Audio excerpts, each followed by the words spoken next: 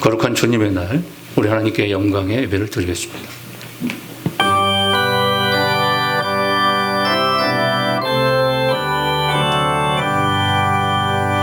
전능한 오셔서 주 이름 찬송케 하옵소서. 영광과 권능의 성부여 오셔서 우리를 다스려 주옵소서. 광생한 성자여 오셔서 기도를 들으소서. 택하신 백성들 복 내려주시고 거룩한 마음을 주옵소서. 이 시간 내가 찬송하는 삶을 돌아보며 회개와 감사 기도를 이 시간 드리기 원합니다. 이 시간 내가 잡심하여 기도합니다. 거룩하신 아버지 하나님, 오늘도 주께서 거룩하고 복된 날을 통하여 우리 하나님께 영광 돌리게 하여 주시니 감사합니다. 오늘도 주님께서 복 주시고자 약속한 말씀처럼 하나님께서 우리의 안식의 축복의 날을 통하여 하나님을 만나는 시간 되게 하여 주시고, 이 예배가 하나님께 거룩한 예배로 드려지게 하여 주시고, 하나님이 기뻐하는 축복의 예배가 될 수 있도록 이 예배를 성령으로 충만케 하여 주시옵소서. 오늘 이곳에 찾아와 주시고 사랑하는 주의 백성들의 정성을 다하는 모든 예배의 마음을 받으시고 하늘의 신령한 은나와 축복의 은총으로 충만케 하여 주시옵소서. 우리가 하나님의 놀라우신 축복 속에 살고 있음에도 불구하고 감사하지 못하고 살았던 우리의 삶을 우리가 진정으로 회개하기 원합니다. 코로나19로 인하여 우리의 답답한 우리의 현실을 우리가 부딪히며 하나님께서 우리에게 주신 그 놀라우신 축복의 은혜가 무엇인가를 다시 한번 생각하게 하시고, 주의 백성들이 회개하며 예배를 회복하며 주의 말씀으로 다시 돌아오는 역사가 일어날 수 있도록 인도하여 주시옵소서. 우리 한국교회가 진정으로 변화되게 하시고 말씀으로 돌이키게 하여 주시고 하나님의 영광을 드높이는 축복의 교회로 쓰임받게 하여 주시옵소서. 오늘도 하나님 우리의 모든 연약함을 용서하시고 우리의 허물진 것을 용서하시고 예수 그리스도의 보혈의 권세로 정결케 하시고 우리의 모든 죄를 사하시며 하나님의 거룩한 백성으로 부족함이 없는 축복 예배로 오늘 이 시간 쓰임받게 하여 주시옵소서. 성령으로 찾아와 주시고 우리의 심령을 열어주시고 우리의 마음을 열어주시어서 온전히 주님을 바라보는 축복의 시간이 될 수 있도록 이 예배를 성령으로 충만한 예배의 축복의 시간 되게 하여 주시옵소서. 예수님 이름으로 간절히 기도하옵나이다. 아멘.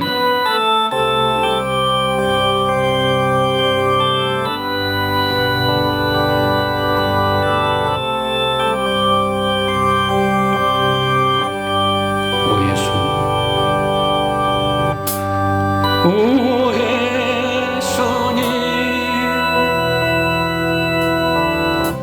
내가 옵니다.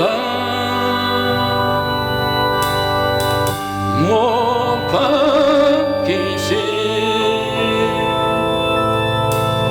십자가 앞에 그 큰 사랑 눈물에 겨워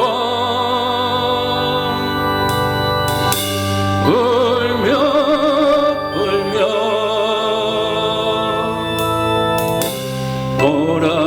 돌아옵니다. 주님 손과 발못 박혔고 머리에 가시가 막히셨네. 내 모든 죄와 허물이에 말없이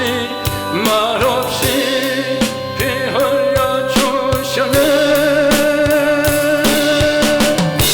오 예수님,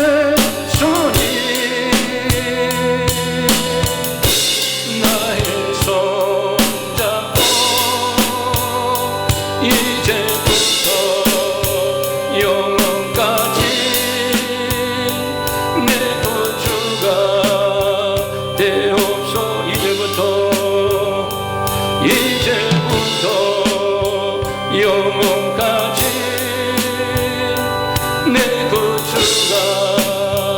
되옵소서. 신앙 고백합니다. 전능하사 천지를 만드신 하나님 아버지를 내가 믿사오며 그의 아들 우리 주 예수 그리스도를 믿사오며 이는 성령으로 잉태하사 동정녀 마리아에게 나시고 본디오 필라도에게 고난을 받으사 십자가에 못 박혀 죽으시고 장사한 지 사흘 만에 죽은 자 가운데서 다시 살아나시며 하늘에 오르사 전능하신 하나님 우편에 앉아 계시다가 저리로서 산자와 죽은 자를 심판하러 오시리라.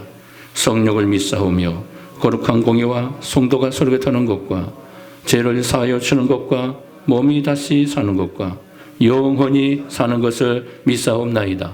아멘. 자리에 앉으시기 바랍니다. 후한교사님 기도 인도해 주시겠습니다. 오늘도 빛과 사랑이 넘치는 저 천국을 사모하며 동백 우리 교회로 나오신 성도님들과 명절 연휴를 맞이하여 거룩한 하나님을 뵙습니다.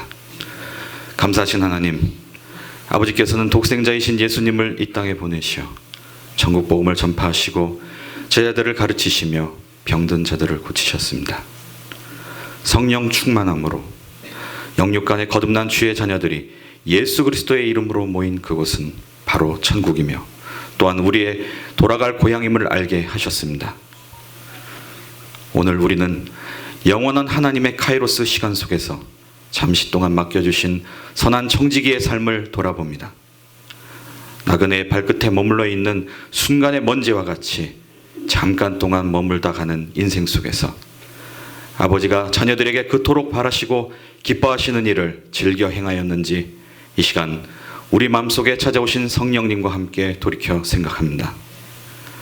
태어나 자란 이 땅을 모형으로 삼아 추석과 설에 자녀들이 아버지 계신 곳으로 달려가듯 천국을 사모하며 이 예배에 참석하신 모든 성도님들에게 좋은 일이 가득하고 풍성한 명절이 되었으면 합니다. 주님께서 허락하신 이 시간, 이 땅에 모인 모든 교회들이 아버지께로 돌아오기를 소원합니다. 마땅히 나아갈 바를 알지 못하고 저 본향을 잃어버린 영혼들을 불쌍히 여겨 주시옵소서. 한량없는 자비와 크신 사랑을 베풀어 주옵시고 어둠 속을 다니는 자들을 빛 가운데로 인도하옵소서.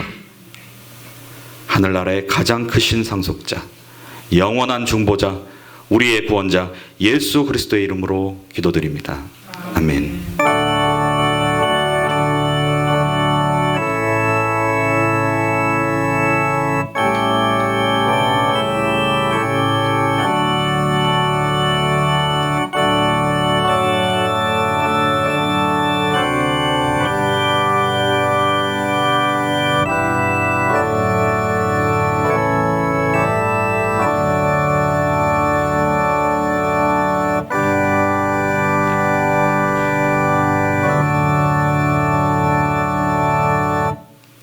오늘 우리에게 주신 말씀은 요한복음 14장 7절에서 11절 말씀 보겠습니다. 요한복음 14장 7절에서 11절 말씀까지 우리 같이 함께 합독하도록 합니다. 너희가 나를 알았더라면 내 아버지도 알았으리로다. 이제부터는 너희가 그를 알았고 또 보았느니라. 빌립이 이르되 주여 아버지를 우리에게 보여 주옵소서. 그리하면 족하겠나이다. 예수께서 이르시되 빌립아 내가 이렇게 오래 너희와 함께 있으되 내가 나를 알지 못하느냐. 나를 본 자는 아버지를 보았거늘 어찌하여 아버지를 보이랴 하느냐. 내가 아버지 안에 거하고 아버지는 내 안에 계신 것을 내가 믿지 아니하느냐. 내가 너희에게 이르는 말은 스스로 하는 것이 아니라 아버지께서 내 안에 계셔서 그의 일을 하시는 것이라. 내가 아버지 안에 거하고 아버지께서 내 안에 계심을 믿으라. 그렇지 못하겠거든 행하는 그 일로 말미암아 나를 믿으라. 아멘. 할렐루야. 하나님의 은혜가 여러분들 가정에 명절을 앞두고 충만한 은혜가 임하시기를 주님의 이름으로 축복합니다. 우리는 요한복음 14장에서 기독교의 진리에 중요한 두 가지 질문을 받게 됩니다. 자, 첫 번째 질문은 도마가 주님께 길을 물었던 것. 주님이 가신 길이 어디입니까? 라는 길에 대한 질문을 던지게 됩니다. 어디로 가십니까? 어디로 가는지도 모르는데 그 길을 어찌 우리가 알겠습니까? 라는 질문을 통해서 기독교의 중요한 모든 그리스도인들이 바로 알아야 할 그 정확한 길에 대한 우리 주님의 가르침이 우리에게 주님을 통해서 기독교의 핵심 진리가 그것을 통해 나타났던 것을 우리는 보게 됩니다. 그래서 말씀 보면, 자, 다시 한번 6절의 말씀 봅시다. 우리 주님께서 그 길을 가르쳐 주시면서 이 놀라운 기독교의 진리를 말씀해 주셨습니다. 다시 한번 봅시다. 시작. 예수께서 이르시되 내가 곧 길이요 진리요 생명이니 나로 말미암지 않고는 아버지께로 올 자가 없느니라. 이것은 모든 그리스도인들이 반드시 가슴에 새기고 암송해야 할 말씀이라고 말씀드렸어요. 내 신앙 고백이고 우리 기독교가 무엇이고 내가 왜 예수를 믿어야 하며 우리 기독교에 대한 핵심 진리가 무엇으로 이루어져 있는가를 이 말씀 한 절을 통해서 정확하게 우리 주님이 우리에게 가르쳐 주셨기 때문에 그런 축복의 말씀으로 여러분 가슴에 새길 수 있기를 바랍니다. 우리 주님이 놀라운 길에 대해서 오직 주님만이 오직 내가 바로 그 길이다. 오직 나만이 그 생명의 길이다. 오직 나만이 그 진리다. 하는 위대한 말씀을 우리에게 주신 줄 믿습니다. 자, 두 번째로는 빌립을 통해서 이 두 번째 질문이 주님께 전해지게 됩니다. 이 말씀은 어떤 의미일까요? 바로 7절의 말씀 보면, 자, 같이 7절의 말씀 볼까요? 다시 한번 봅시다. 시작. 너희가 나를 알았더라면 내 아버지도 알았으리로다. 이제부터는 너희가 그를 알았고 또 보았느니라. 자, 이 말씀이 어떤 말씀일까요? 길에 대한 말씀이 바로 끝나고 나자 우리 주님은 바로 하나님에 대해서 자신에 대해서 분명하게 누구인가를 밝혀주기 시작합니다. 여기서 중요한 단어가 나오죠. 무엇일까요? 이제부터라는 단어예요. 이제부터라는 이 단어가 전반부와 후반부로 나누어지는 중요한 핵심 단어로 나타납니다. 자, 지금까지는 나는 너희들이 나를 알지 못했다는 것을 지금 말하고 있는 겁니다. 나를 알지 못한 것은 바로 내 아버지를 알지 못한 것이다. 반대로 나를 알았다면 내 아버지도 알았을 것이다. 이 말입니다. 그러나 이제부터는 너희가 그를 알았고, 그러니까 어떤 말입니까? 아버지를 알았고 또 나를 알고 있다. 나를 또 알게 될 것이다. 나를 본 것은 바로 아버지를 보게 된 것이다. 아버지를 보았다. 이 말씀을 하세요. 자, 전자는 예수님의 제자들이 믿음이 없는 상태, 우리 주님을 정확하게 알지 못하고 있는 상태, 하나님에 대해서 정확한 지식을 갖고 있지 않은 상태에서 그 전자를 말씀합니다. 그러나 그 후자, 이제부터라는 말은 이제 미래의 제자들이 되어질 그들의 신앙의 모습, 우리 주님이 부활하시고 십자가에 못 박혀 온 인류를 구원하시는 구원의 역사를 이룩하시고 죽은 자 가운데 3일 만에 부활하시는 역사를 이룩하면서 40일 동안 복음을 전하시다가 부활의 몸으로 예수님은 하늘에 승천하십니다. 그러고 나서 몇 날이 못 되어 10일이 지난 이후에 성령이 부어지게 될 것이다. 그 성령이 너희들에게 임하게 되면 너희들은 그때 나를 보며 내 안에 계신 그 하나님이 누구인가를 정확하게 알게 될 것이다. 바로 이 말씀하는 거예요. 이제부터는 너희가 그를 알았고 그를 보았느니라 하는 말씀의 뜻입니다. 그런데 지금 빌립은 예수님의 진정한 그 핵심 진리를, 그 진리를 깨닫지 못하고 바로 질문을 던집니다. 바로 이때 주님께 질문을 던져야겠다. 마음에 꼭 숨겨놓고 있었던 것 같아요. 3년 반 동안 사역하면서 이 부분은 꼭 한번 예수님께 묻고 싶었던 그런 궁금한 질문이었던 것 같아요. 그래서 예수님이 하나님을 보았다고 그러고 하나님을 알았다고 그러니까 그러면 예수님, 스승님, 하나님을 보여주십시오. 이 말을 하는 겁니다. 얼마나 사프한 그 사람인가를 우리가 여기서 깨닫게 됩니다. 빌립은 굉장히 눈치가 빠릅니다. 계산도 정확합니다. 머리가 좋은 사람이에요. 자, 그래서 이 질문이 나오게 되는데요. 자, 8절의 질문에 빌립의 질문을 다시 한번 더 보겠습니다. 자, 시작. 빌립이 이르되 주여 아버지를 우리에게 보여주옵소서. 그리하면 족하겠나이다. 자, 오늘 말씀 제목이 뭐죠? 하나님을 보여주소서. 하나님을 보여달라는 거. 이 빌립만의 질문일까요? 그렇지 않습니다. 모든 인간의 질문이요. 지금 빌립은 제자를 대표해서 특별히 이 질문을 던지고 있다고 생각하는 게 옳을 것입니다. 이 땅에 예수 믿는 사람이나 하나님을 모르는 사람 모든 자에게 동일한 질문, 공통적인 질문이라고 말할 수 있을 겁니다.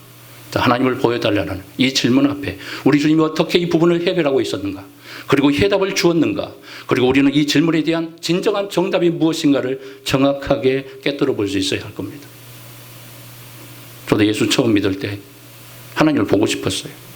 그래서 처음에 기도할 때 기도 제목이 하나님 한 번만 배웠으면 좋겠다는, 그게 간절한 소원의 기도의 제목이었어요. 하나님 한 번만 보여주십시오. 그러면 제가 불같이 예수를 믿겠습니다. 너무나 그때 믿음이 없다 보니까 하나님이 뭐 믿는 게 이렇게 너무나 추상적이잖아요. 그래서 그렇게 확실하게 믿어지지 않으니까 한 번만 보여주십시오. 아니 꿈이라도 나타나서 보여주십시오. 그럼 제가 더 열심히 믿겠습니다. 이런 소원이 있었다니까요. 이 초신자 상태에 있을 때 여러분들도 부인하지 못할 겁니다. 조 목사만 그런 게 아니라 여러분들도 그런 때가 있었을 겁니다. 자, 빌립의 질문이 바로 그런 내용입니다. 자, 그래서 이 요구에 대한 약간의 책망처럼 우리 주님께서 빌립을 책망하는 말씀으로 오늘 말씀 이후에 계속 전해지는데요. 자, 9절 말씀을 계속 이어봅시다. 자, 9절 말씀 시작. 예수께서 이르시되 빌립아, 내가 이렇게 오래 너희와 함께 있으되 내가 나를 알지 못하느냐? 나를 본 자는 아버지를 보았거늘 어찌하여 아버지를 보이려 하느냐? 책망의 구절이에요. 자, 도마에게 있어서는 첫 번째 질문이 있었어요. 길을 물었죠. 주님 어디로 가십니까? 그 길을 가르쳐줘야 그 길을 가지 않겠습니까? 그 길을 보여주시고 가르쳐 주십시오. 그러니까 도마의 첫 번째 질문에 대해서는 예수님이 책망하지 않았어요. 그렇죠? 그러나 도마의 두 번째 질문에 있었을 때 예수님은 강하게 책망했습니다. 그러나 빌립의 질문에 있어서는 이 첫 번째 질문에 있어서는 빌립에게 바로 책망의 오조로 말씀합니다. 이것은 바로 신앙과 연관되어 있는 직접적인 신앙의 믿음에 대한 부분이기 때문에 우리 주님이 그 믿음을 확인하기 위해서 그에게 책망하는 겁니다. 단순한 질문이었다면, 누구나 할 수 있는 질문이었다면 우리 주님께서 그냥 넘어갈 수 있었을 겁니다. 그러나 이것은 기독교의 근본을 흔드는 가장 중요한 핵심의 질문이기 때문에 우리 주님이 책망의 오조로 말씀합니다. 뭐라고 했다고요? 나를 본 자는 아버지를 보았거늘 어찌하여 나를 아버지를 보이라 하느냐? 내가 그렇게 오랫동안 너희들과 함께 하였지 않느냐?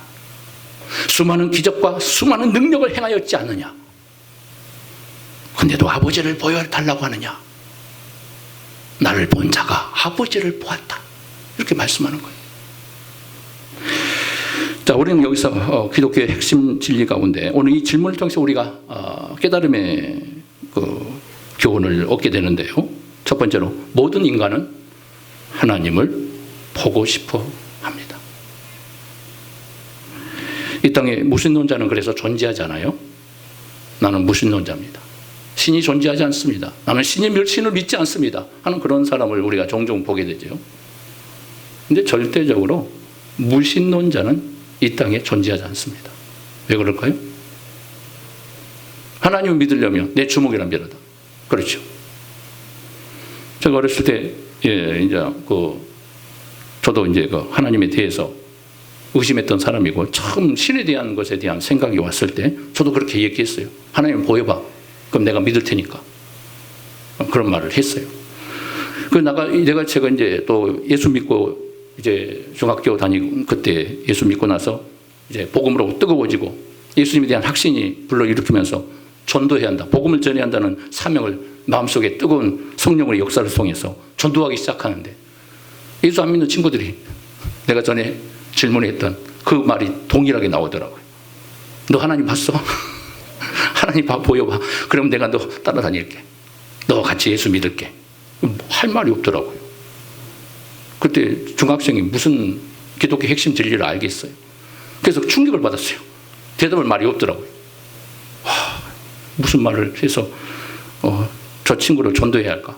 그때 충격을 받으면서 뭘 생각했냐면 하나님 말씀을 봐서 하나님 말씀 속에 하나님이 뭐라고 말씀하는가, 말씀에 대한 그 진리를 한번 생각해 봐야겠다고 그때부터 성경을 보기 시작한 거예요. 여러 이유 중에 하나인데, 그래서 성경 속에 하나님이 누군가, 왜 예수를 믿어야 하는가, 왜 우리 인간은 구원받아야 하는가, 이 부분에 대해서 전하기 시작한 거죠.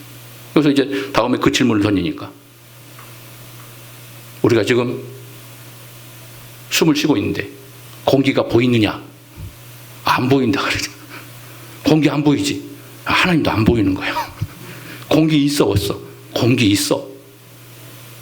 공기가 안 보이는 것처럼 하나님도 존재하지만 하나님도 영이기 때문에 보이지 않는 거예요. 그래서 그 친구가 꿀먹은 벙어리가 돼가지고 입을 뚝 담더라고요. 그 내가 이긴 거예요. 그래서 교회 끄고 왔어요. 이렇습니다. 그래서 이 땅에 무신론자는 존재하지 않는다는 것, 자기 스스로 하나님을 거부하고 있는 것처럼 보일 뿐이지 막다른 골목에 이르게 되고 심각한 문제가 발생하는 순간 하나님을 찾을 수밖에 없는 거예요. 인간은 하나님을 찾게 만들어져 있어요.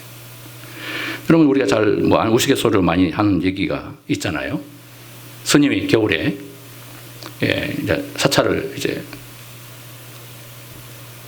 가야 하는데 조수지에 이제 거의 근접하게 이르러서 지름길로 가면 빨리 가니까 힘들고 춥고 그래서 조수지에 얼음이 꽉 얻어 있는 거예요. 그래서 조수지 중간을 이제 가면 빨리 가니까 그 얼어 있는 조수지를 걸어가는 거예요. 중간중간에 갑자기 얼음이 깨지는 소리가 쫙 나는 거예요.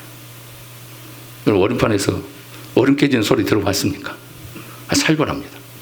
등골이 소리야. 등골이 땀이 식은 때 확 납니다. 소리가 쫙쫙쫙 나와요. 그리고 몇 번 나면 얼음이 깨지면서 빠져. 어떤 사람은 우리 마을에서도 아이들이 썰매 타다가 물에 빠져서 소시지 빠져서 급사하는 심장마비로 죽은 그런 친구들도 봤는데, 이게 겨울에 그래서 물에 빠지면 심장마비로 죽거든요. 그래서 스님이 얼음이 깨지고 이제 죽을까봐 하나님 나 좀 살려주세요. 그랬다 아닙니까? 무신론자는 존재하지 않는 거예요. 모든 인간은 하나님을 찾게 되어 있어요. 다급한 일이 생기면 자기 신을 찾는 것이 아니라 누구나 동일하게 아이고 아버지, 아이고 하나님. 왜 그럴까요? 기독교 강요에서 존 칼빈은 유명한 우리 기독교 신학자죠. 하나님께서 우리 인간을 창조하실 때 인간의 마음속에 종교의 씨앗을 심어놓았다. 그래서 속에 종교의 씨앗이 들어있는 거예요. 그것이 양심 속에 들어있는 거예요. 그래서 그게 튀어나와요. 자동으로 자기도 모르게. 무신론자라고 하면서도 튀어나오는 겁니다. 하나님에 대해서 갈망하게 되어 있는 거예요. 그 하나님에 대해서 우상으로 바꾸었을 뿐이지 모든 인간은 하나님을 찾게 되어 있는 겁니다. 그래서 인간은 하나님을 보고 싶어 하는 겁니다. 하나님이 존재한다라면 보고 싶다. 하나님 한번 봤으면 좋겠다. 이렇게 누구나 그런 마음을 갖고 있다는 거죠. 자, 로마의 장군, 그러니까 폼페우스라는 사람이 있는데요. 그래서 헬라의 마지막 제국의 셀쿠스 그 제국 시리아를 정복함으로 이제 헬레니즘 시대의 막을 내리게 됩니다. 그리고 다음 해 주전 63년 예루살렘을 정복하게 됩니다. 이 정복자 폼페우스는 예루살렘을 정복하고 나서 예루살렘 성전에 한번 꼭 들어가고 싶은 마음이 있었던 거예요. 그래서 정복하고 나서 제일 먼저 어디를 들어가냐면 예루살렘 성전을 들어갑니다. 로마 사람들도 신전에 들어갈 때는 항상 아무리 위대한 장수라 할지라도 무기를 다 내려놓고 들어갑니다. 거룩한 신전이기 때문에. 그게 규율이에요. 그래서 이 폼페우스는 동일하게 예루살렘 성전을 들어갈 때 칼을 딱 모든 무기를 내려놓고 빈손으로 성전에 들어가죠. 성전에 들어가서 가장 깊은 곳까지 유대 율법에 금지되어 있는 지성소까지 들어가요. 대제사장만은 1년에 한 번 들어갈 수 있는 그 지성소까지 그냥 과감하게 들어갑니다. 죽지는 않았어요. 이미 성전이 파괴되고 바벨론 시대에 파괴되고 법궤가 다 사라져버렸기 때문에 이 지성소의 그 역할이 정확하게 이루어지지 않았던 거죠. 그래서 들어가 보니까 지성소에 벽에나 무슨 뭐 그림이 그려져 있고 어떤 신상들이 막 으리으리하게 이렇게 놓여져 있을 줄 알았는데 가보니까 텅 비어 있는 거예요. 아무것도 없는 거예요. 이상하다. 신전이 이러냐 하면서 고개를 가울덩하고 그냥 나왔대요. 자, 폼페우스는 왜 그랬을까요? 유대인들이 섬기는 하나님, 절대자인 하나님에 대해서 꼭 보고 싶은 거예요. 그래서 유대인들의 신은 어떤 신인가? 어떤 하나님을 믿고 있기에 저들이 그렇게 하나님에 대해서 목숨을 걸고 있는가? 유대 성전에 들어가니까 아무것도 없는 거예요. 얼마나 허탈했겠을까요? 그가 생각하자 자기의 개념 속에 이 노마의 신전처럼 막 으리으리한 그런 모습이 있는 줄 알았겠지요. 아무튼 그렇습니다. 자, 두 번째로 하나님은 인간의 눈으로 볼 수 없는 분이라는 것. 따라서 합니다. 하나님은 인간의 눈으로 볼 수 없습니다. 그렇군요. 고개를 끄덕끄덕 하셔야 돼요. 보려고 하니까 문제가 생기는 거예요. 자, 왜 그럴까요? 하나님은 앞에서 말씀드린 것처럼 영적인 존재, 신의 존재예요. 영적인 존재라는 것은 시공간을 초월하는 존재라는 거예요. 그러니까 시공간을 초월해서 우주가 우리 목성가 몇억 광년 간다고 그러잖아요. 그러니까 신적인 존재는 1분 1초도 안 걸려요. 순간 가는 거예요. 순간 다 통과하는 거예요. 거치는 게 없어요. 벽도 통과해요. 우리 주님 부활하실 때 부활의 몸으로 도마가 의심하고 있을 때 그 현장에 그 즉시 나타나 버리죠. 이게 시공간을 초월하는 신적인 존재죠. 영의 존재죠. 육과 영은 제한된 존재입니다. 그래서 우리 하나님은 영이시기 때문에 우리 인간으로는 상상할 수 없는 초월된 존재이기 때문에 인간의 생각을 뛰어넘는 지식이 필요한 거예요. 그래서 영적인 지식이 필요한 거예요. 그런데 인간은 왜 하나님을 알지 못하고 하나님을 대적하는 존재가 됐을까요? 늘 말씀드린 것처럼 인간이 범죄하고 타락한 이후부터 인간에게 어떤 일이 일어납니까? 죄가 들어오면서 인간은 영적으로 부패하고 사망의 자리에 놓이게 됩니다. 영적인 죽음을 당해요. 영적인 죽음을 당하면서부터 어떻게 됩니까? 뭘 상실합니까? 영적인 지식을 상실해버려요. 영적인 지식이 상실되는 그 순간부터 뭐가 됩니까? 영적인 눈이 어두워져 버려요. 그래서 인간은 그때부터 어떻게 돼요? 죄의 존재가 되고 죄의 종이 되고 어두운 인간이 되고 영적인 맹인이 되어버린 거예요. 우리 주님 왜 빛으로 오셨다고 말씀해요? 우리 어두운 인간을 밝히기에 맹인으로 존재하는 앞을 보지 못하는 하나님을 보지 못하는 자를 보여주기 위해서 빛으로 오신 거예요. 어두운 죄악의 모든 것을 빛으로 밝혀주기 위해서 우리의 눈을 밝혀 하나님을 보여주기 위해서 우리 주님 오신 거예요.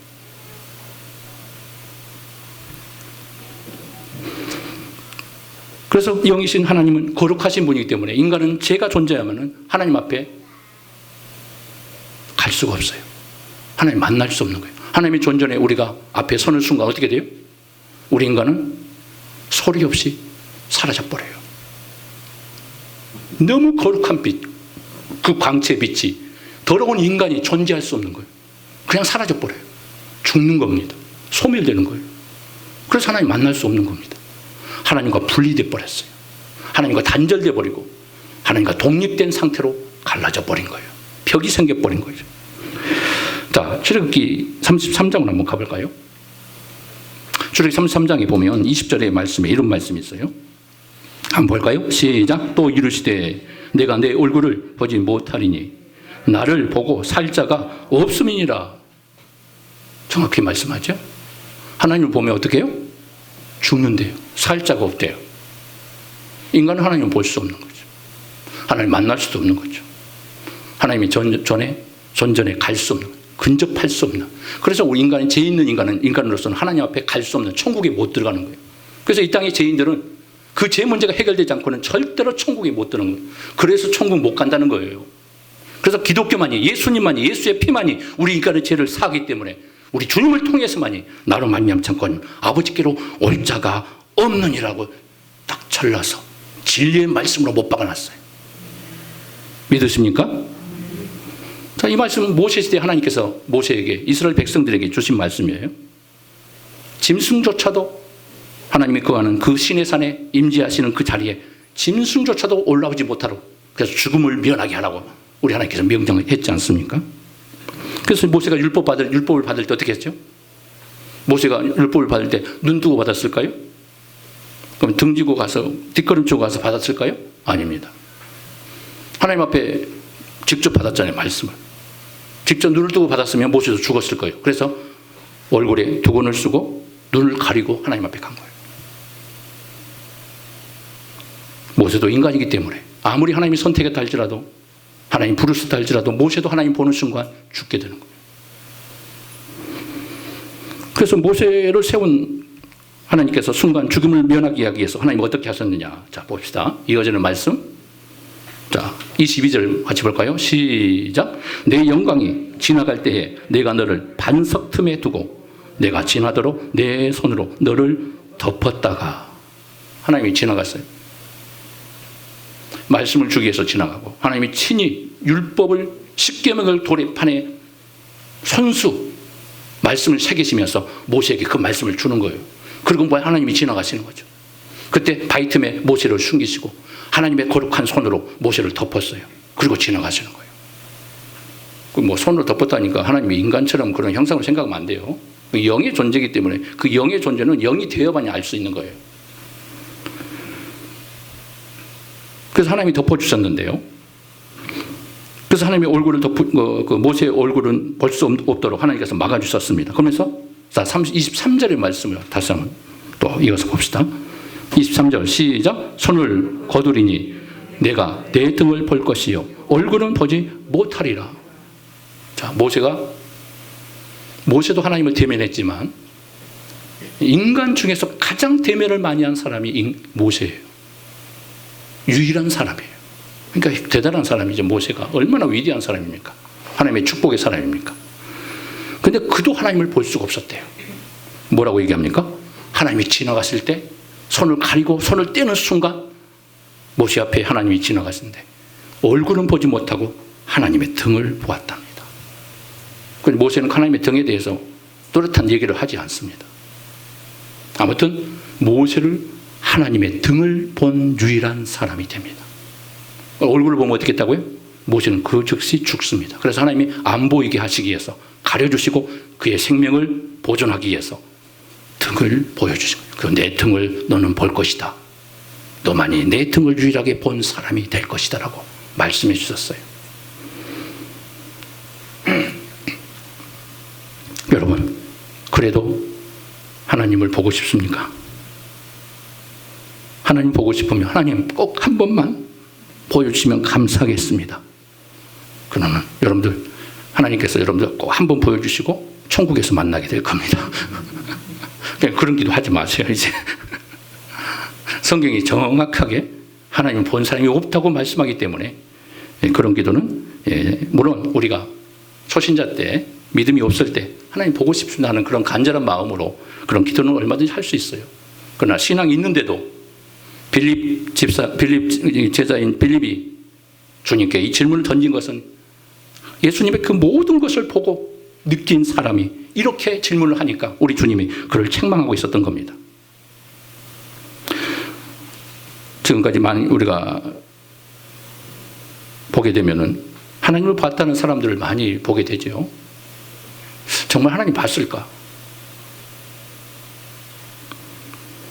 여러분 어떻게 생각합니까? 하나님 봤을까요? 하나님 보고도 그들이 버젓이 살아있다면 그건 하나님 본 거 아니에요. 하나님 본 것이 아닙니다. 그건 가짜일 수도 있어요. 거짓말일 수 있어요. 그냥 하나님일 것이다라고 그렇게 생각할 뿐이죠. 하나님을 직접 본 사람은 이 땅에 아무도 존재하지 않습니다. 이게 성경의 대답입니다. 여러분, 마지막 시대에는 보여지는 역사들이 많이 일어납니다. 이 보여지는 역사들이 굉장히 위험한 이제 신앙의 상태로 빠지게 되는데요. 말세에는 이제 누구나 보고 싶어요. 현상을 좋아해요. 왜냐하면 그것이 직접적인 내 모든 문제에 대한 직결된 문제이기 때문에, 그리고 직접 본 순간 우리에게 모든 것을 다 믿음으로 나타나기 때문에 그걸 요구합니다. 그래서 보는 시대가 다가옵니다. 자, 보세요. 다음 말씀. 고린도후서 11장 14절 말씀 봅시다. 이 말씀이 사도 바울이 뭐라고 얘기하는가? 한번 읽어볼까요? 시작. 이것은 이상한 일이 아니니라. 사탄도 자기를 광명의 천사로 가장하나니. 광명의 천사로 가장. 구약에는 하나님께서 나타나기 위해서 현현 나타났다 하는 말이죠. 하나님의 계시를 주기 위해서 나타나죠. 꿈을 통해서 나타나고 환상을 통해 나타나죠. 직접 하나님이 나타나면 인간이 존재할 수 없기 때문에 죽을 수밖에 없기 때문에 하나님의 환상과 꿈을 통해서만 나타납니다. 그러나 이제 계시의 시대가 끝나고 나서 이제는 말씀의 시대에 있어서는 하나님 말씀을 통해서 하나님을 보여주세요. 그 말씀을 통해서 하나님 만나는 거예요. 믿으십니까? 말씀을 통해서만 하나님 만나야 돼요. 다른 것으로 만나려고 하면 거기에 문제가 생겨요. 자, 광명의 천사가 어떤 존재예요? 천사가 사탄이 어떤 존재예요? 광명의 천사처럼 얼마든지 바뀔 수 있고 자기를 변화시키고 변모해서 보여줄 수 있고 내가 하나님이다라고. 이 시대가 와요. 마지막 시대가 되면 이 시대가 옵니다. 많은 사람들이 믿음에 탈선하는 역사가 일어날 때 바로 이런 현상을 통하여 일어나게 됩니다. 신앙이 탈선합니다. 빠져버립니다. 빠지는 순간 우리의 신앙은 거기서 병들어 버려요. 그 무서운 현상이 일어나는 거예요. 신앙이 파괴되는 거예요. 거기서부터. 따라가는 순간 파괴되는 거예요. 이런 일이 절대 있지 않는다는 거. 광명의 천사가 보이는 현상으로 광명의 천사로 하나님의 모습으로 나타나는 일들이 앞으로 많아질 것이라는 거. 여러분, 보이는 것을 강조하는 사람은 이런 부분에 큰 심각한 문제가 발생한 마지막의 끝이 잘못될 수 있다는 것을 깨달아야 돼요. 말씀의 기준으로 가는 것만이 정확한 신앙의 촉도를 걸어갈 수 있다는 것 믿으시기를 바랍니다. 그래서 인간의 우상은 어떻습니까? 인간의 우상은 항상 보여지는 겁니다. 하나님은 보여지지 않습니다. 영이기 때문에. 그러나 우상은 보여질 수밖에 없어요. 인간은 보는 걸 요구합니다. 그래서 우상을 통해서 이것이 우리의 신이고 내가 섬기는 신이고 내 우상의 신이라고 이렇게 보여주는 거예요. 자, 보여졌다는 것은 가짜라는 거예요. 진리가 아니라는 거예요. 아시겠습니까? 우리 주님도 안 보여줘요. 보여달라고 하면 보여줘야죠. 보여줄 수 있죠. 근데 안 보여주십니다. 이게 주님의 정답이에요. 이게 기독교의 정답이라는 거. 그럼 속지 마세요. 하나님 봤다는 사람 99%는 가짜일 수 있다는 거 정확하게 기억하십시오.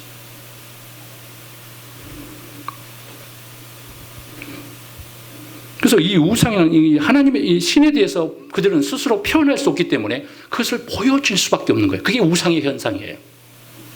여러분, 각 문명이 발전하면 우상이 소멸되고 사라질 거라고 생각하죠?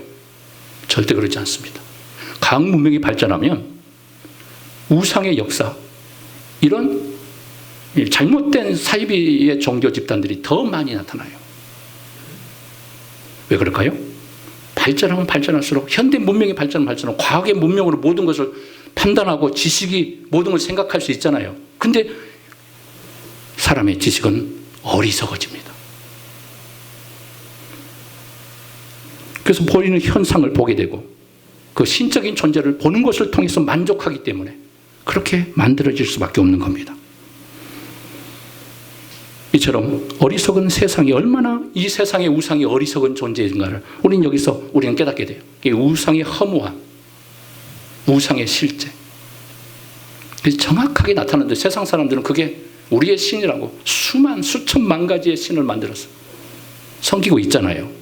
이게 인간의 미련함이에요.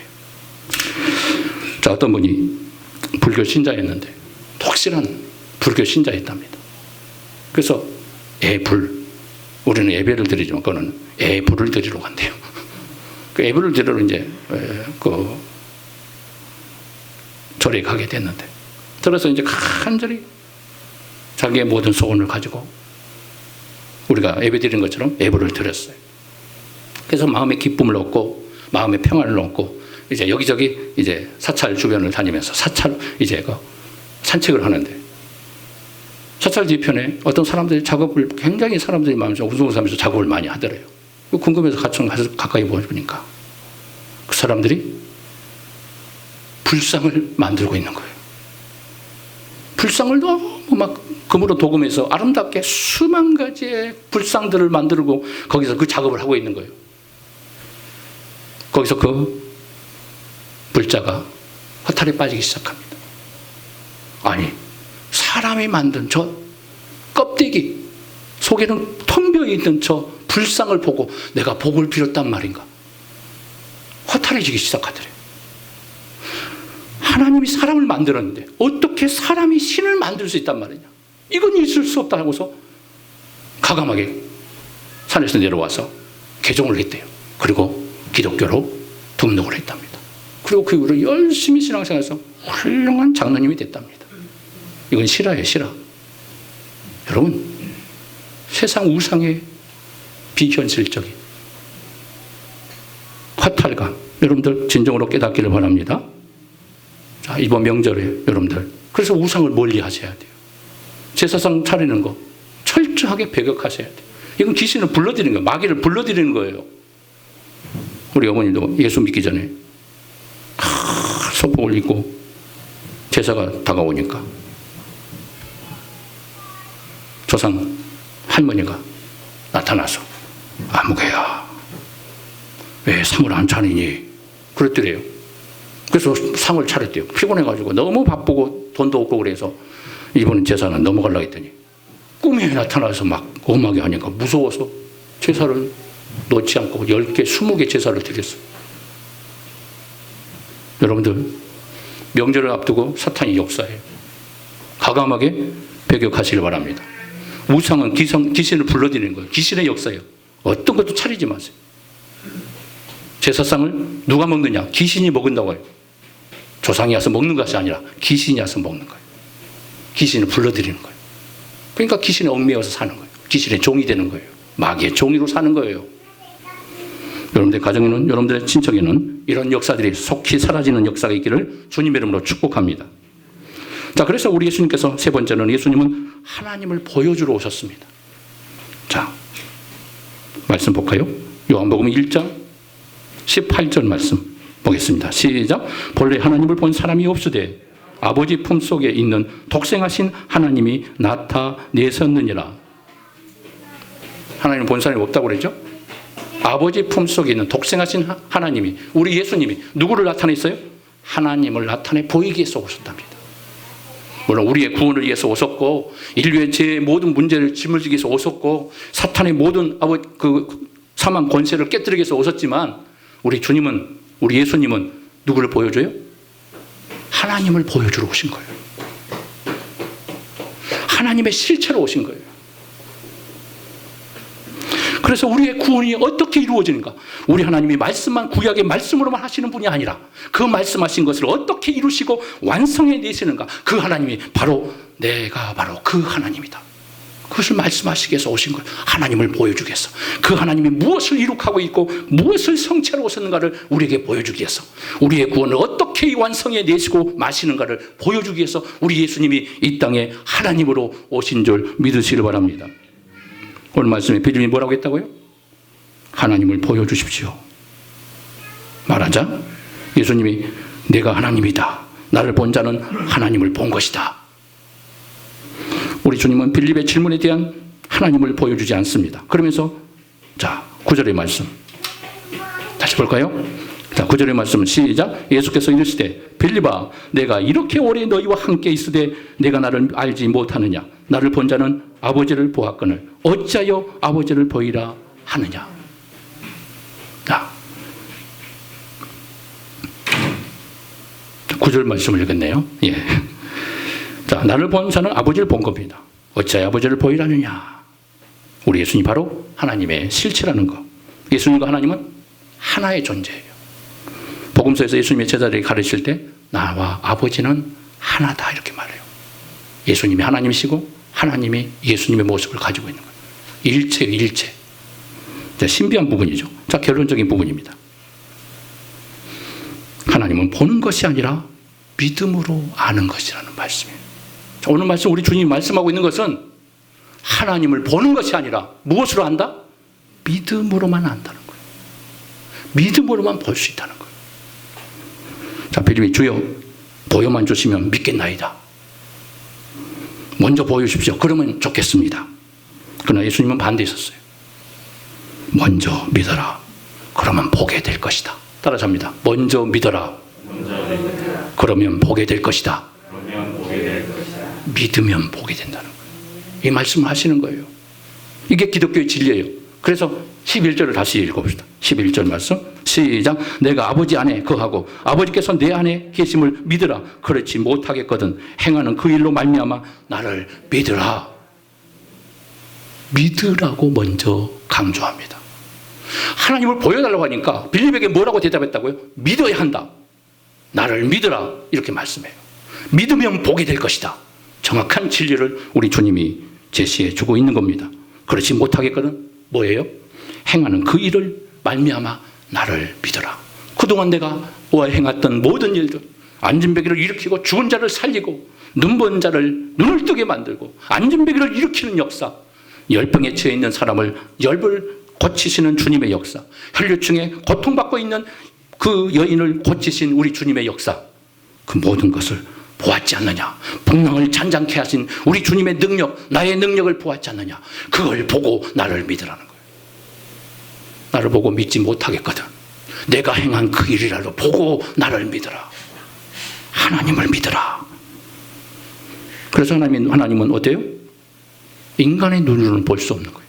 육의 눈으로는 볼 수 없고 무엇으로 볼 수 있다고요? 믿음의 눈으로만 볼 수 있는 거예요. 믿음의 눈이 열리시길 바랍니다. 영의 눈으로만 볼 수 있어요. 영적인 존재만 볼 수 있는 거예요. 그래서 우리 주님이 맨 처음에 말씀하신 말씀이 뭐였어요? 요한복음 14장 1절 말씀 다시 읽어볼까요? 너희는 마음에 근심하지 말라. 하나님을 믿으니 또 나를 믿으라.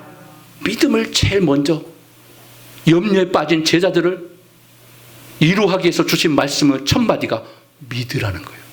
하나님을 믿고 나를 믿으라는 거예요. 이게 보는 것이다. 이게 만나는 것이다. 이것이 하나님을 아는 것이다. 이렇게 말씀하고 있는 겁니다. 다시 11절 우리가 말씀한 것처럼 내가 아버지 안에 거하고 아버지가 내 안에 계심을 믿으라. 믿으면 하나님을 만나게 됩니다. 믿으면 하나님을 체험하게 될 것입니다. 복음서에서 예수님께서 수많은 병자를 고치시면서 그들에게 첫 번째 요구했던 게 뭐예요? 믿느냐? 내가 믿느냐? 그때 우리 주님 뭐라고 얘기합니까? 네, 믿나이다. 믿음을 가지고 있는 모든 사람은 우리 주님의 말씀이 떨어지는 순간 치유받았어요. 기적을 경험했어요. 하나님의 놀라운 역사를 경험했습니다. 내가 믿느냐? 네, 믿나이다. 그러면 내 믿음대로 될지어다라고 선포하는 거예요. 믿으면 되는 거예요. 믿으면 역사가 일어나요. 믿으면 하나님이 행하십니다. 믿으면 하나님이 보입니다. 믿으면 우리 예수님이 믿어집니다. 의심이 많은 도마에게 우리 주님이 뭐라고 말씀했어요? 너는 본고로 믿느냐? 보지 않고 믿는 자가 복된 자다.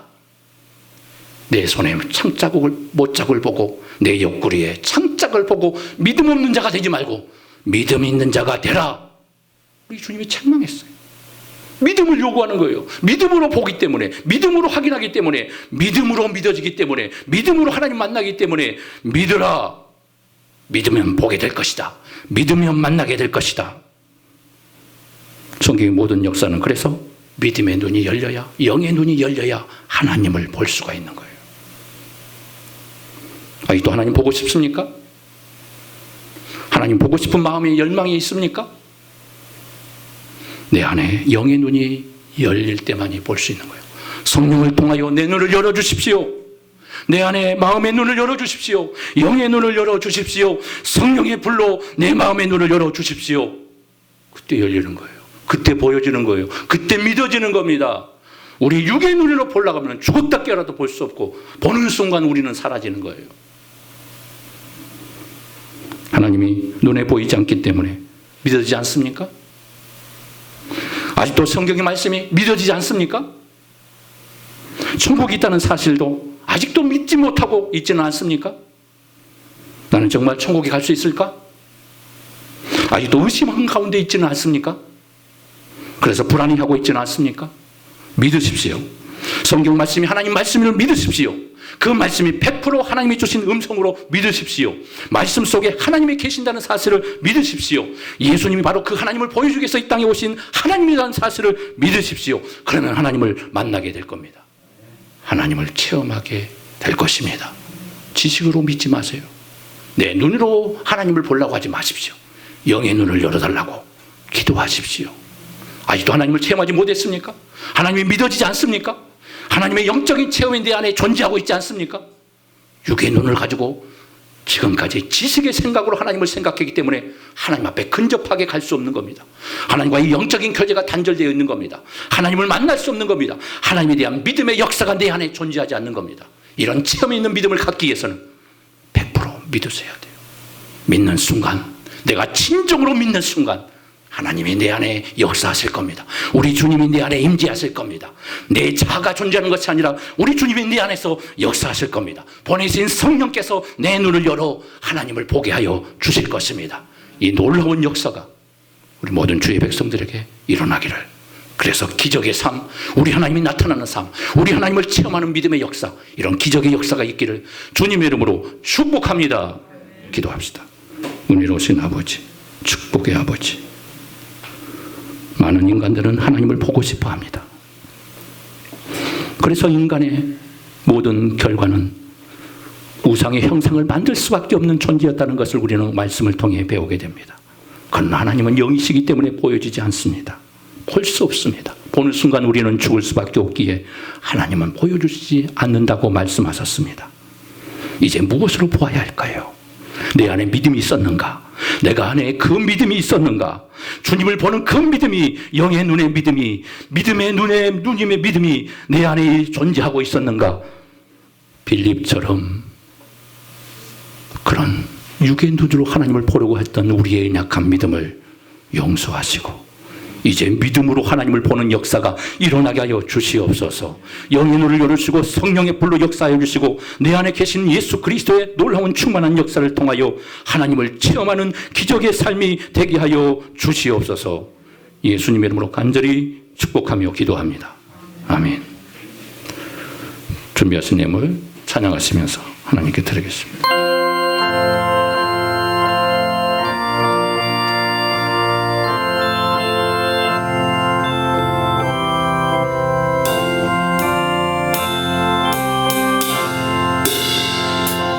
몸의 소망 무행가 우리 주 예수뿐일세. 우리 주 예수 밖에는 믿음이 아주 없도다. 주 나의 반석이시니 그이에 내가 서리라. 그이에 내가 서리라. 거룩하신 아버지 감사합니다. 드린 예물 받으시고 우리의 정성을 다한 우리의 귀한 예물을 우리 하나님께서 흠량하여 주시고 하늘 창고에 가득 채워지는 축복의 물이 되게 하여 주시옵소서. 이 예물이 쓴 것에 몸된 교회와 죽어가는 영혼을 살리는 생명의 역사를 이룩하게 하시고 사랑하는 주의 백성들 가정과 모든 일터에 복의 열매의 역사가 결실로 나타나게 하여 주시옵소서. 가슴에 손을 얹습니다. 은혜로우신 아버지, 명절이 다가옵니다. 사랑하는 주의 백성들 만나는 모든 가정마다 평안의 역사가 있게 하시고 믿음의 역사가 있게 하시고 일가 친족 믿음이 없는 모든 자녀들에게 모든 가족들에게 믿음의 역사가 일어나게 하여 주시옵소서. 우상이 끊어지게 하여 주시고 저주의 우상은 이제는 떠나가는 역사가 있게 하여 주시고 악한 사탄의 권세는 나사렛 예수로 명령하노니 모든 권세의 사탄의 역사는 떠나갈지어다. 일가 친척의 우상의 저주의 권세로 놓여져 있는 모든 저주는 예수 이름 앞에 풀어질지어다. 물러갈지어다. 모든 우상은 떠나갈지어다. 사탄의 미혹하는 모든 역사는 떠나갈지어다. 이 명절을 믿음으로 승리케 하여 주시고 예수 그리스도의 이름으로 승리케 하여 주시고 우상을 철저히 배격하며 하나님의 이름 예수 그리스도의 이름으로 승리케 하여 주시옵소서. 코로나19로 인하여 우리의 일상의 삶이 너무나 답답한 가운데 있습니다. 우리의 예배가 너무나 불편한 가운데 있습니다. 속히 하나님 이 모든 코로나 바이러스가 떠나갈지어다. 나사렛 예수는 명령하느니 이 땅에서 코로나 바이러스는 종식되게 하여 주시고 끊어지게 하시고 백신이 만들어지게 하시고 치료약이 발견되게 하여 주시어서 이 땅에 더 이상 이 바이러스에 하여 걱정하며 근심하지 않도록 우리의 신앙에 이축되지 않도록 우리 하나님 역사하여 주시옵소서. 코로나의 간 바이러스는 나사렛 예수 이름 앞에 십자가의 보혈 앞에 떠나갈지어다. 사랑하는 주의 백성들 축복하여 주시고 오늘도 안수하시고 연약한 자 없도록 주께서 막아 주옵소서. 독한 바이러스도 사라질지어다. 예수 그리스도 이름으로 명하노니 연약함의 모든 증세는 치료받을지어다. 주님의 능력의 손으로 만지시고 회복하여 주시옵소서. 만져 주시옵소서. 강건할지어다. 치료받을지어다. 주의 권능의 손으로 성령의 불로 찾아와 주시옵소서. 우리 고3 학생들, 우리 재영이 성령이 우리 예빈을 축복하시고 꼭 합격할 수 있는 은혜를 허락하시고 그들의 미래를 열어주시고 우리의 자녀들을 축복하여 주시옵소서. 우리의 직장과 사업장 우리 하나님께서 풍성하게 채워주시고 흔들어 채워주시고 우리의 필요한 모든 것을 채우시사 우리 하나님의 영광을 위해 쓰임받게 하여 주시옵소서. 믿음대로 될지어다. 우리 하나님 함께 하시기로 원하며 한 주간도 승리케 하시고 명절 기간에도 주님 지켜주시고 다시 만날 동안에도 우리 하나님의 평강의 축복으로 천군 천사를 통하여 지켜 보호하여 주시옵소서. 예수님의 이름으로 간절히 축복하며 기도합니다. 아멘. 영광의 박수 하나님께 돌립니다. 감사합니다. 하나님 축복합니다. 광고 말씀드리겠습니다. 코로나 바이러스가 계속 좀 장기화되고 있으면서 많은 어려움이 각 소상공인 할 것 없이 사업장, 직장에 또 온 국민이 힘들어하고 있습니다. 우리가 중보하면서 우리 한국교회를 위해 교회와 여러분들의 가정을 위해 같이 중보하면서 이겨낼 수 있었으면 좋겠습니다. 주간 예배는 주일 11시 예배가 이제 대면 예배로 정상화되게 됩니다. 지금 이제 방역 당국에서도 50명, 100명까지 이제 허용이 된 상태입니다. 그래서 방역을 철저히 우리가 하고 있기 때문에 마스크 착용하시고 또 예배 드리는 데 있어서 여러분들 불편하지 않도록 하겠습니다. 그래서 예배를 위해서 많이 기도 부탁드리고요. 주간 예배는 수요 예배하고 새벽 예배만 드리고 금요 기도회는 당분간 드리지 않습니다. 그리고 이제 명절 광고를 드리겠는데요. 추석 명절로 인해서 30일 수요일부터 금요일까지는 새벽 예배, 수요 예배는 드리지 않습니다. 이번 주간 명절 기간 동안 월요일, 화요일 새벽 기도는 존재하고 수요일부터 금요일까지는 새벽 예배를 드리지 않습니다. 수요 예배도 쉬도록 하겠습니다. 가족과 함께 명절을 즐거운 시간을 보낼 수 있고 건강하고 유익한 시간들이 되시기 바라고요. 추석 명절의 순서지가 노비에 비치되어 있어요. 원한 만큼 가져가셔서 부족하면 제가 복사해 드릴 테니까 가져가셔서 가정 예배, 가족까지 드리시고 절대로 제사는 멀리하시고 드리지 않기를 바랍니다. 성물 구입을 해주셨어요. 교회 영상 카메라 지금 오늘 처음으로 찍고 있는데요. 2주 전에 제가 새벽 예배 기도하면서 그동안 핸드폰으로 영상을 찍었어요. 너무 불편하더라고요. 하나님, 핸드폰으로 영상을 찍는데 너무 불편합니다. 카메라가 필요합니다. 기도를 시작했어요. 근데 2주 만에 감동된 분이 없어서 카메라를 하겠다. 그래서 카메라가 또 영상 카메라는 또 그 비디오 카메라와 다르기 때문에 화질이 좋아야 합니다. 그래서 한두 번 드는 것이 아니라서 또 헌신해 주셔서 너무 감사하고 헌신하신 분의 가정에 큰 축복의 역사가 있기를 바라고요. 여러분들 가정에도 같은 축복이 있기를 바랍니다. 또 한 주간도 승리하시고 명절 주간 건강하게 보낼 수 있기 바랍니다. 다시 일어나셔서 찬양하심으로 예배를 마치겠습니다.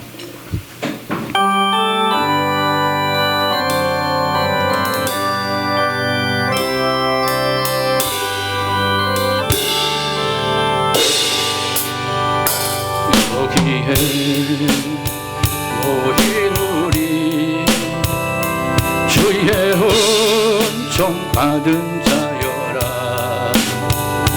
주께서 이 자리에 함께 계심을 아노라.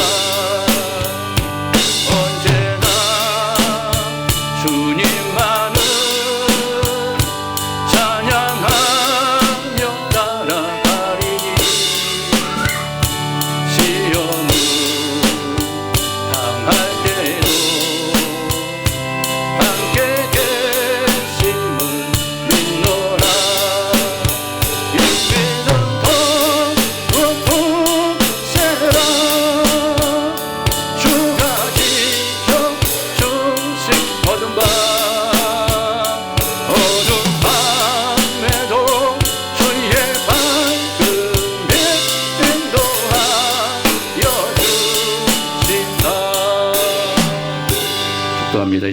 예수 그리스도의 은혜와 하나님의 무한하신 사랑과 성령의 감동감을 이루어 축복하신 역사가 주의 말씀을 통하여 이제는 믿음의 눈을 열어 하나님을 보게 하시고 하나님을 만나게 하시고 하나님을 체험하는 축복의 사람으로 쓰임받기를 소망하는 주의 백성들 머리 위에, 가정과 일터와 주의 자녀들 머리 위에, 오늘 참여한 주의 백성들 머리 모든 일터 위에, 한국교회와 몸된 교회에 이제로부터 영원토록 함께 있을지어다.